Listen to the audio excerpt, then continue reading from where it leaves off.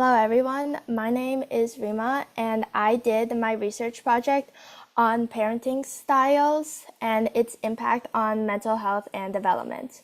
Okay, so who am I? I'm Rhema and I'm a 15-year-old, so I'm a sophomore, and I live in Maryland and I'm really interested in psychology and neuroscience and I'm hoping to pursue this in the future. Okay, so my question. How do different parenting styles impact teen mental health? So I decided to research this because I was interested in mental health, especially in the world we're growing up in. And I wanted to go back to the roots, and that starts when you are a child and the environment you are in, it starts impacting your mental health. Okay. So parenting styles.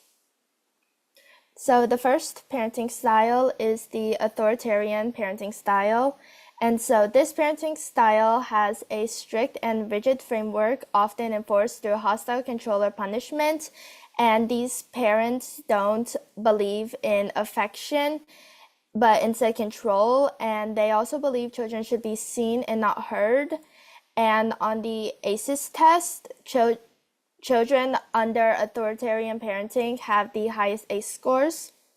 And so the mental health of these children, they are often diagnosed with depression, anxiety, aggression, and social impairment. But also because they have the highest ACE scores, when they are older, they have higher chances of chronic illnesses and heart disease and cancer. And this is also 28% of parents. Okay, the next one is authoritative parenting, which is around 39%. And this is the opposite of authoritarian parenting, and they listen to their children's viewpoints, and they're equipped with the tools to navigate challenges, and they help the children, but they're not overbearing. And so this causes children to grow up with a positive mental health, and they have the self-confidence in themselves when they go to school. And the third parenting style is permissive, which is a 18%. And this mental health is, and this parenting style has an indulgent approach, and there is often a lack of boundaries.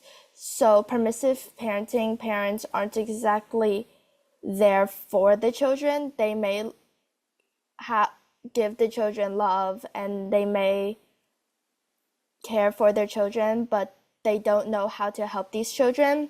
So these children have a lack of self-discipline and emotional dysregulation.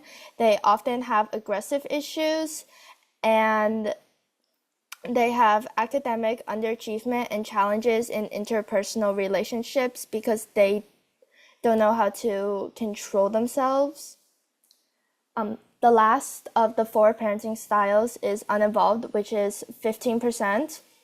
And uninvolved parents aren't there. They provide the basic necessities like food and water and shelter, but they're never quite there for their children. And so these children often have attachment or low self-esteem because they often place the blame on themselves and they seek validation from other sources because their parents aren't there for them.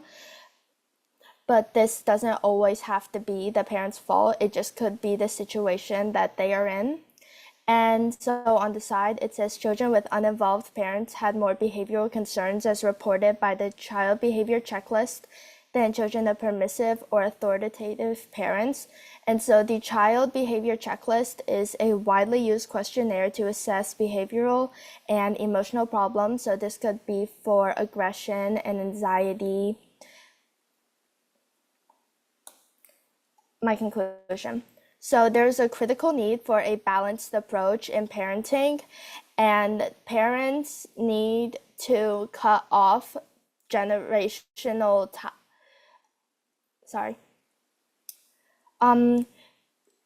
old parenting styles that have worked for parents aren't always going to work for the children because the environment these children are growing up have been changing. And so by understanding the impact of each parenting style, parents, educators, and mental health professionals can navigate their development, and they can help the children grow up with a positive mental health. And when they have children, they're going to treat their children with the same parenting. Thank you. Any questions? Thank you. So can you give us some examples of how what parents, educators, and mental health professionals how they can use this information in order to support teens' well-being? Um, Definitely when you're teens, a lot of your mental health has already like developed, but parents can still like switch and become more supportive because research has shown like if parents are still really supportive before children turn 18, they can have like a more positive mental health. And also teachers there can be supportive of their students when they come in, and they can talk to the students, especially since all schools have a school psychologist. They would know like where to and how like what the roots of the mental health like problems are. Okay. Well, okay. And then what are the next steps for you now that you've completed your projects?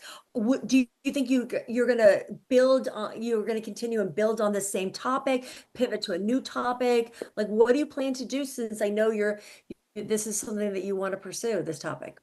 I was really interested when I was learning about authoritative parenting. I was really interested in the ACEs part, Mhm. which are adverse childhood experiences, and I think the connections between ACEs and other things like chronic illnesses and neurobiological processes, there's a really clear connection there, and I want to dive more into that and authoritative parenting, authoritarian. Okay. Interesting. Okay, so here is a question in the Q&A. Do you see varied parenting styles at your school or with your peers? Or does it seem like parenting styles are pretty similar? You can definitely like see the different parenting styles in like school because in the hallways you can just see children with aggression issues who are constantly yelling at other students and other teachers, but you can also see more calm and collected students always having and always radiating like self-confidence. Okay, interesting. Well, thank you again very, very much for sharing your project with us and all of the knowledge and expertise that you gained through this project. I really appreciate it.